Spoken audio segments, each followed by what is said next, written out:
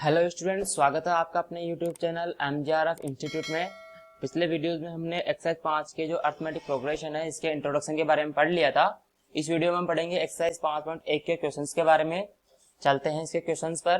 पहला क्वेश्चन है, इसका पहला क्वेश्चन है, in which of the following situations does the list of numbers involved make an arithmetic progression and why. पहले question में बेटा आपको क्या हुआ है कि आपको पहले क्वेश्चन में 4 पार्ट है, प्रत्येक पार्ट में अलग अलग सिचुएशंस दी गई है। आपको क्या करना है, उन सिचुएशंस के आधार पर आपको अलग अलग लिस्ट बनानी है, यानी आपको सीरीज बनानी है और फिर आपको चेक करना है कि वो सीरीज अर्थमेटिक प्रोग्रेशन है या नहीं है। अगर एपी है तो क्यों है, आपको रीजन भी बताना है। अगर नहीं है तो क्यों नहीं है, आपको उसका रीजन भी बताना है। इसका पहला पार्ट है बेटा, the taxi fare after each kilometer when the fare is ₹15 for the first kilometer and ₹8 for each additional kilometer। इसमें टैक्सी फेयर का मतलब आपको टैक्सी का किराया है बेटा, ये है ध्यान रखना। तो ये बोल रहा है बेटा कि जो टैक्सी जो का किराया है ना बेटा, वो पहले फर्स्ट किलोमीटर के लिए तो है ₹15 और आगे अगर हम एडिशनल किलोमीटर के हिसाब से देना चाहते हैं तो वो एडिशनल पर किलोमीटर के हिसाब से आपको ₹8 आपको अलग से देने पड़ेंगे। तो आपको क्या करना है, सिचुएशंस के आधार पर सीरीज बनाते हैं। तो सबसे पहले लिखते हैं बेटा, इसका सॉल्यूशन स्टार्ट होता है बेटा यहां से, ठीक है। तो सबसे पहले लिखते हैं बेटा, फेयर फॉर फर्स्ट किलोमीटर है अपने पास में ₹15। देखो अब अपने को निकालना है फेयर फॉर 2 किलोमीटर। तो ये हो जाएगा बेटा 15 तो फर्स्ट किलोमीटर का है और आपको अब ₹8 पर किलोमीटर के हिसाब से एक्स्ट्रा चार्ज करना पड़ेगा, यानी कि यहाँ पे आपको लिखना है 8। तो ये हो गया 15 प्लस 8 ऐड करोगे तो आपके पास आएगा 23। इसी प्रकार से आप अगर 3 किलोमीटर का निकालना चाहते हो तो आपको करना पड़ेगा बेटा 15 प्लस 8 प्लस 8, ये हो जाएगा, इन तीनों को ऐड करोगे तो आएगा बेटा 31। और इसी प्रकार से अगर आप 4 किलोमीटर का अगर किराया निकालना चाहते हो तो ये टैक्सी फेयर हो जाएगा,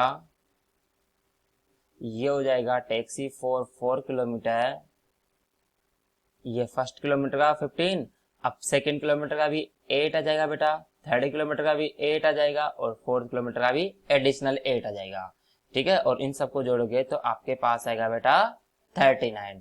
देखो बेटा आपके इस प्रकार से आपके पास सीरीज बन गई है और सीरीज बन गई है बेटा 15, 23, 31 और 39। अब आपको चेक करना है कि बेटा जो आपके पास में सीरीज बनी है, लिस्ट आई है, ये अरिथमेटिक प्रोग्रेशन है या फिर नहीं है। और आपको चेक किस प्रकार से करना है, आपको इन सब का डिफरेंस चेक करना है और डिफरेंस अगर सबका सेम आता है तो ये एपी है और नहीं आता है तो ये एपी नहीं है।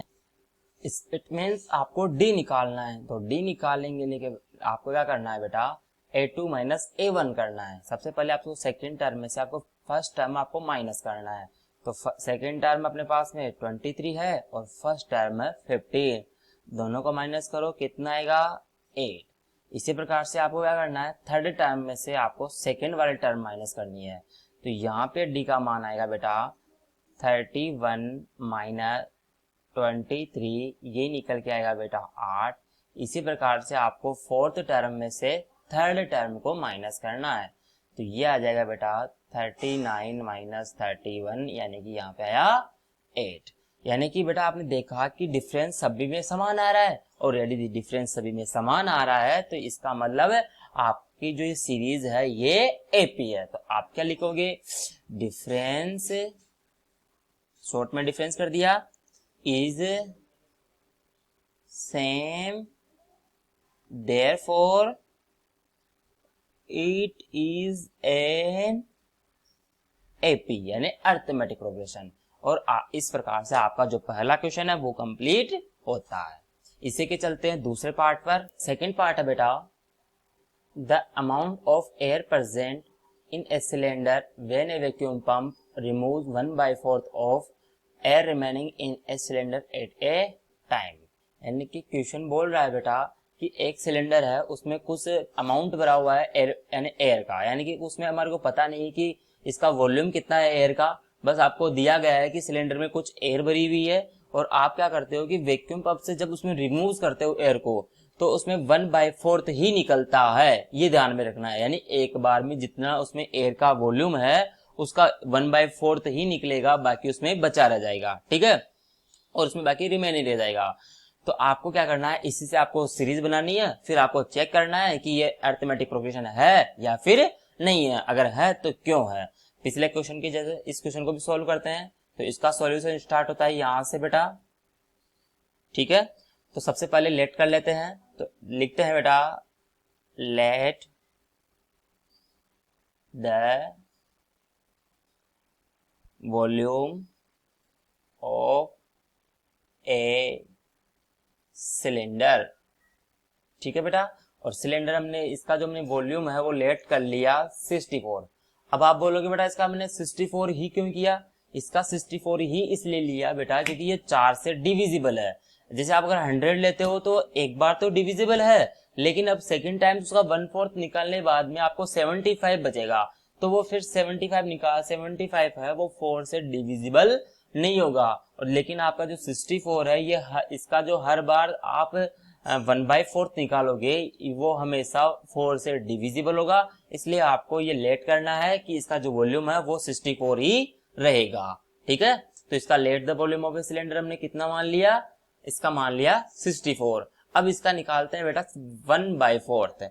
तो बेटा देखो 64 इसका 1/4 निकालने के लिए इसको 1/4 से मल्टीप्लाई करना है, और 1/4 से मल्टीप्लाई किया तो ये 4 से कट जाएगा 16 टाइम, यानी कि 64 का 1/4 आया अपने पास में 16।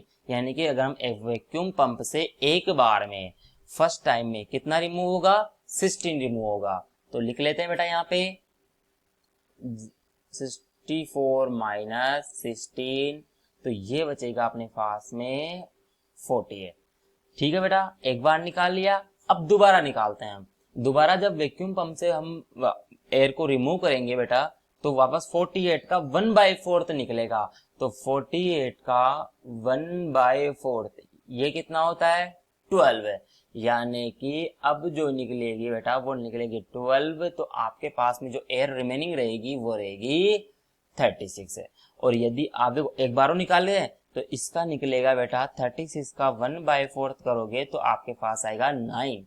यानी कि अगर हम एक बार और एयर को रिमूव करते हैं तो 36 में से 9 माइनस कर लो बेटा, ये आएगा आपके पास में 27 सॉरी। यानी कि आपके पास में अब जो एयर जो वॉल्यूम है वो है बेटा 27। इस प्रकार से अपने पास में सीरीज बन गई। तो सीरीज को बना लो बेटा, सीरीज है बेटा 64, उसके बाद बचा कितना 48, उसके बाद बता बेटा 36 और लास्ट में आपके पास बता 27। जो ये रफ कार्य है इसको मिटा देते हैं, ठीक है बेटा।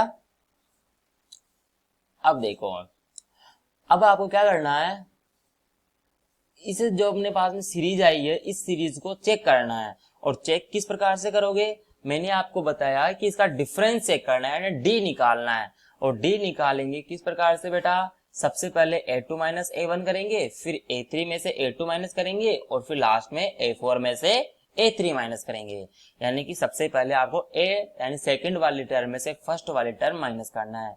सेकंड वाली टर्म है 48 और फर्स्ट वाली टर्म है 64। तो माइनस करो बेटा 48 माइनस 64, तो ये आया माइनस का 16। फिर आगे निकालो बेटा, थर्ड वाली टर्म में से आपको सेकंड वाली टर्म माइनस करना है, तो ये आ जाएगा 36 माइनस 48, तो ये आया बेटा अपने पास में माइनस के 12। इसी प्रकार से आपको थर्ड टाइम में निकालना है, फोर्थ में से आपको थर्ड वाली टर्म माइनस करनी है। तो 27 माइनस 36, तो ये निकल के आएगा बेटा अपने पास में माइनस के 9। इस प्रकार से आप देख रहे हो बेटा कि डिफरेंस सभी में समान नहीं आ रहा है, तो हम लिख लेंगे बेटा difference is not same, therefore it is not an AP, यानी कि यह एक अरिथमेटिक प्रोग्रेशन नहीं है। और इस प्रकार से आपका जो ये सेकंड पार्ट है ये भी कंप्लीट होता है। चलते हैं इसके तीसरे पार्ट पर। थर्ड पार्ट है बेटा, the cost of a digging a well after every metre of digging when it cost ₹150 for the first metre and rise by ₹50 for each subsequent metre. यानी कि आपको रेट दे रखी है बेटा, कुएं खोदने की रेट, डिगिंग का मतलब है कुआं खोदना, है ना। तो आपको कुएं खोदने की रेट दे रखी है और ये बोल रहा है कि जो फर्स्ट, देखो यहाँ पे दिया हुआ है ₹50 फॉर द फर्स्ट मीटर, यानी फर्स्ट मीटर का 150 चार्ज कर रहा है। ठीक है, उसके बाद अगर आप ज्यादा खुदवाने जाते हो तो पर मीटर के हिसाब से आपको रुपीज जो 50 है वो आपको एक्स्ट्रा चार्ज करना पड़ेगा।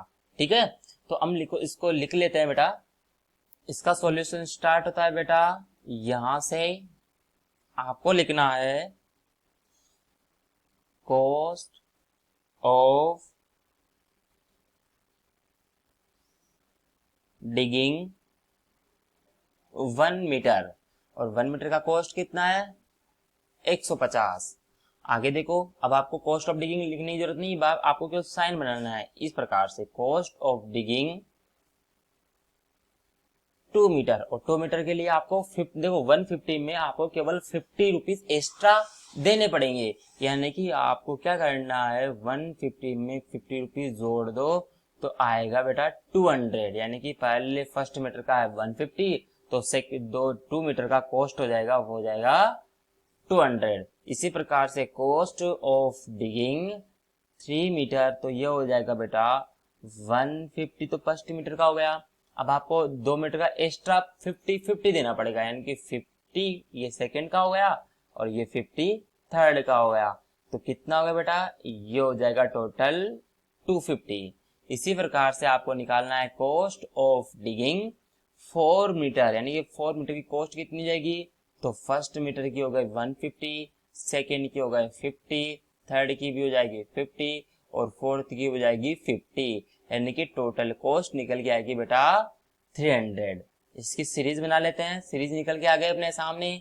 तो सीरीज आई है अपने सामने बेटा 150, 200, 250, 300, यानी कि अपने पास सीरीज बन गई। अब आपको चेक करना है कि ये अरिथमेटिक प्रोग्रेशन है या नहीं है। कैसे चेक करोगे, डी का मान निकालना है, और डी का मान निकालेंगे सबसे पहले बेटा सेकंड वाली टर्म में से फर्स्ट वाली टर्म माइनस करोगे।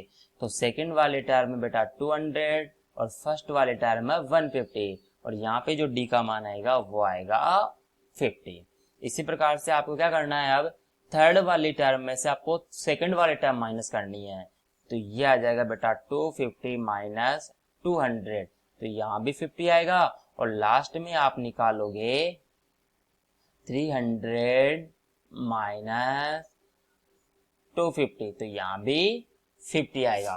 तो आपने देखा बेटा जो डिफरेंस है वो सेम आ रहा है। इसका मतलब ये जो सीरीज है अपने पास में ये एक अरिथमेटिक प्रोग्रेशन यानी एपी है। तो हम लिख देंगे बेटा difference is same, therefore it is an arithmetic progression। और इस प्रकार से आपका जो ये पहले का जो थर्ड पार्ट है ये भी कंप्लीट होता है। ठीक है, तो चलते हैं इसके लास्ट पार्ट पर।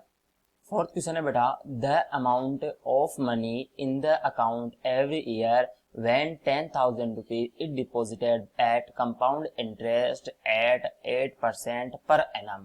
यानी कि आपका जो अकाउंट में आपका जो अमाउंट है 10,000 रुपीज वो हर साल 8% कंपाउंड इंटरेस्ट के रेट पर हर साल डिपॉजिट होता है। तो आपको सबसे पहले इसकी सीरीज बनानी है और फिर सीरीज बना के चेक करना है कि ये आपके पास जो सीरीज आई है ये एपी है या फिर नहीं। तो इसका जो सॉल्यूशन है बेटा वो स्टार्ट होता है यहां से। ठीक है, आपका सॉल्यूशन है तो सबसे पहले आपको लिखना है स्टार्टिंग अमाउंट। तो स्टार्टिंग अमाउंट कितना है 10,000, तो आपको लिखना है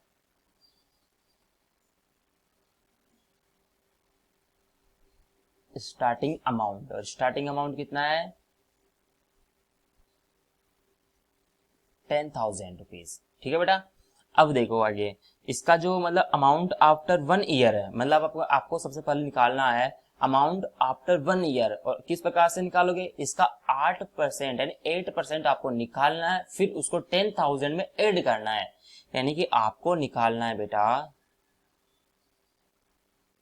अमाउंट आफ्टर 1 ईयर।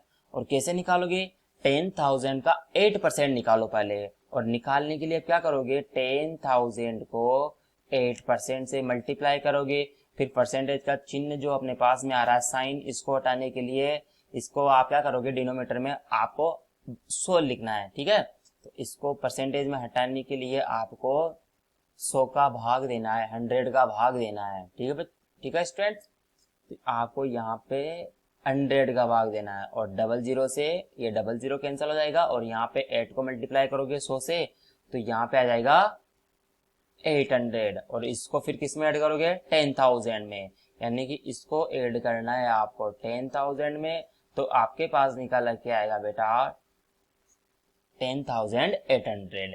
ठीक है, तो यहाँ पे आएगा बेटा 10,800 रुपीज। ठीक है, ये अमाउंट है बेटा 1 साल बाद में, 1 ईयर आफ्टर। अब आपको निकालना है अमाउंट आफ्टर 2nd ईयर, यानी कि 2 ईयर के बाद में आपका जो अमाउंट है वो कितना हो जाएगा। ठीक है, तो ये रफ है, इसको मिटा देते हैं और आपको निकालना है। कैसे निकालोगे, पहले की जैसे ही आपको अब के बार आपको 10,800 का 8% निकालना है। ठीक है, 10,800 का आपको 8% निकालना है। 8% निकालना बताया था मैंने, 00 से 00 कैंसिल हो जाएगा। अब 8 को मल्टीप्लाई करना है 108 से। करो बेटा, 8 को 8 से मल्टीप्लाई किया 64, 8 1 जा 8। इसमें किस में ऐड करोगे, इसको ऐड करोगे 10,800 में, तो ये 4 का 4, ये 6 का 6, 8 8 16, एक बचेगा, ये एक और ये एक, यानी कि कितना है बेटा, ये आया 11,664। तो आपको लिखना है बेटा अमाउंट आफ्टर 2 ईयर। और 2 ईयर कितना हो जाएगा, 11,664 रुपीज, यानी 11,664 रुपीज। अब इसको मिटा देते हैं यहां से, ये रफ है।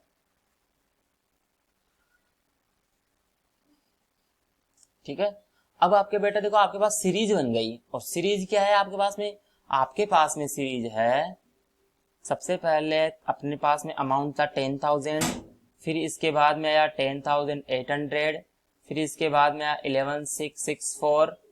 ठीक है, ठीक है, अब आपको इसका डिफरेंस चेक करना है। और डिफरेंस चेक करने के लिए आपको क्या करना है, डी का मान निकालना है।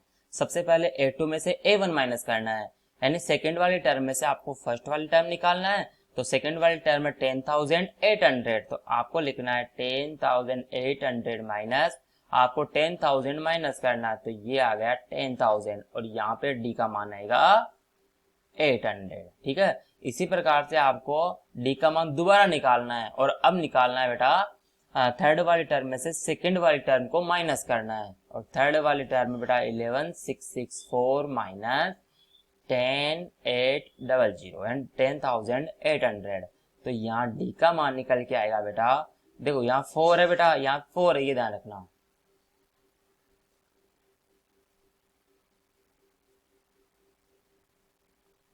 यहाँ पे है बेटा 4, ये माइनस है। अब 4 में से 0 जाएगा तो बेटा आएगा 4, इसी प्रकार 6 में से 0 जाएगा तो आएगा बेटा 6। और यहाँ पे अब 6 है, ये एक इससे आ गया तो आएगा 16, और 16 में से 8 जाएगा तो बेटा आएगा आपके पास में 8, फिर 0 में से 0 और 1 में से 1, यानी कि आपके पास आया बेटा 864। यानी कि यहाँ पे जो आपके पास डिफरेंस आया वो आया 864, यानी कि आपका पास जो डिफरेंस है वो सेम नहीं आ रहा। यहाँ पे 800 आ रहा है, यहाँ 864 आ रहा है। यहाँ आप लिखोगे बेटा difference is not same, so therefore it is not an AP. ठीक है, तो आपके जो फर्स्ट क्वेश्चन के जो चारों पार्ट है इस प्रकार से कंप्लीट होते हैं। Thank you.